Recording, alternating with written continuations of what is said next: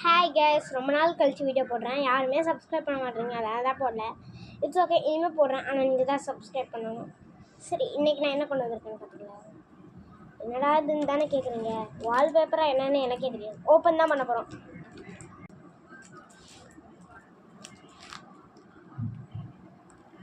இங்கே கேப் கொடுத்துருக்காங்க, அவங்களே ஓப்பன் பண்ணேன்.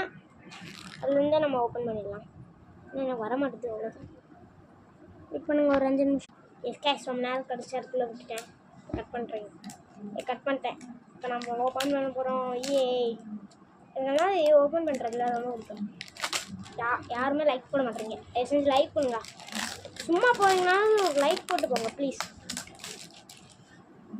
ஏன்னா அப்போ தான் நான் நிறைய வீடியோ போடுவேன்.